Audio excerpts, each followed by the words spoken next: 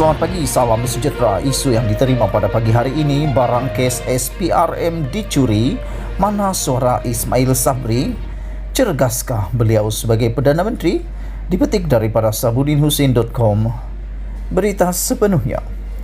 Pelbagai pihak telah bersuara dan memberi reaksi berhubung kes 3 pegawai kanan SPRM didakwa mencuri wang tunai berjumlah AS 6 juta atau kira-kira RM 25 juta yang merupakan bahan bukti siasatan dan menggantikannya dengan wang palsu. Wang tersebut adalah sebahagian daripada rampasan yang dibuat susulan penahanan Hasanah Abdul Hamid, bekas Ketua Pengarah Agensi Perisikan Luar Malaysia atau MEIO, sebaik tumbangnya BN pada 2018 lalu.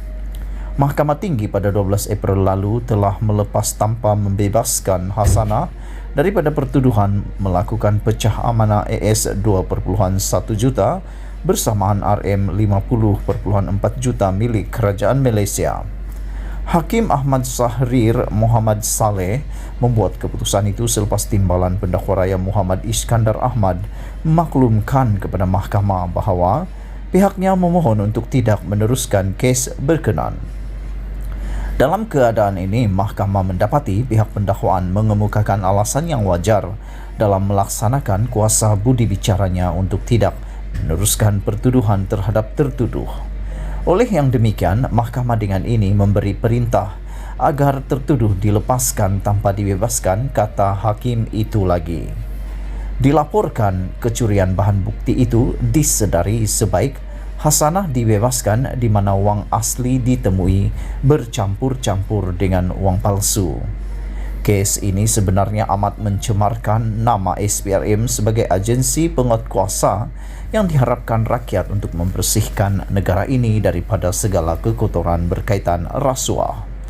Sudahlah, banyak tangkapan dan penahanan SPRM sebelum ini menimbulkan pertikaian, termasuk dikaitkan bermotif politik.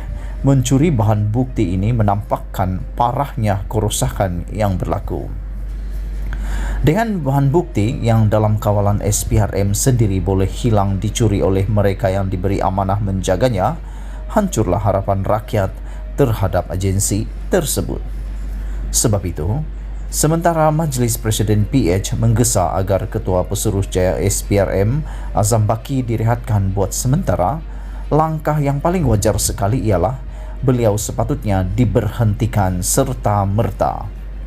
Azam harus bertanggungjawab dan diletakkan beban kesalahan atas kes ini. Tambahan lagi, SPRM juga didapati bertindak menahan reman 3 pegawai kanan terbabit secara senyap-senyap dan berita mengenainya hanya diketahui selepas tahanan reman itu berakhir.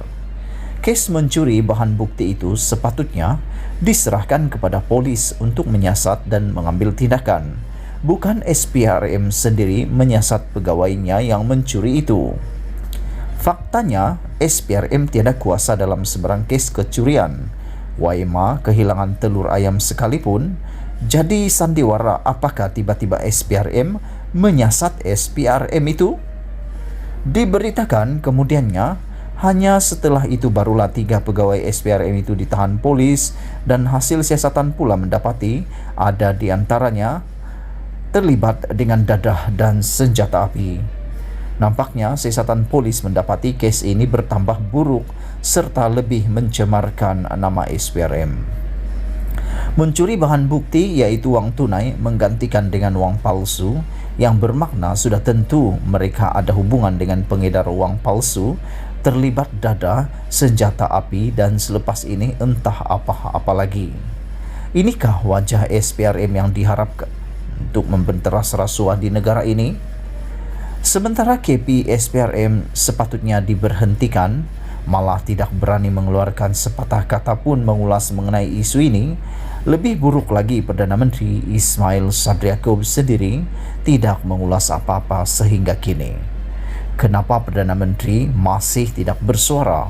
Walhal sebagai ketua kerajaan dan SPRM itu pula dalam kawalannya, beliau seharusnya tidak berlengah lagi memberi reaksi sebagai gambaran sikap prihatinnya terhadap isu yang memalukan negara ini. Setelah berakhir era Mahyadin Manyasin yang lebih banyak membisu dalam pelbagai isu sebelum ini, kecuali hanya berani muncul melalui perutusan khasnya sahaja, apakah kita terus bernasib malang mempunyai Perdana Menteri yang lebih kurang saja perangai dan sikapnya? Atau kita sebenarnya sedang memiliki Perdana Menteri yang tidak cukup cergas, lalu lemah dan tidak bermaya menangani isu-isu kritikal yang berlaku dalam negara? Ditulis oleh Sahbudin Husin, 25 September 2021. Sekian dulu untuk isu pada kali ini. Sebelum kita berpisah, sila tinggalkan komen Anda. Setiap komen yang Anda berikan amatlah dihargai. Kita jaga kita, Malaysia kita punya. Kita juga sama-sama cintai Malaysiaku. Kita jumpa lagi. Bye-bye.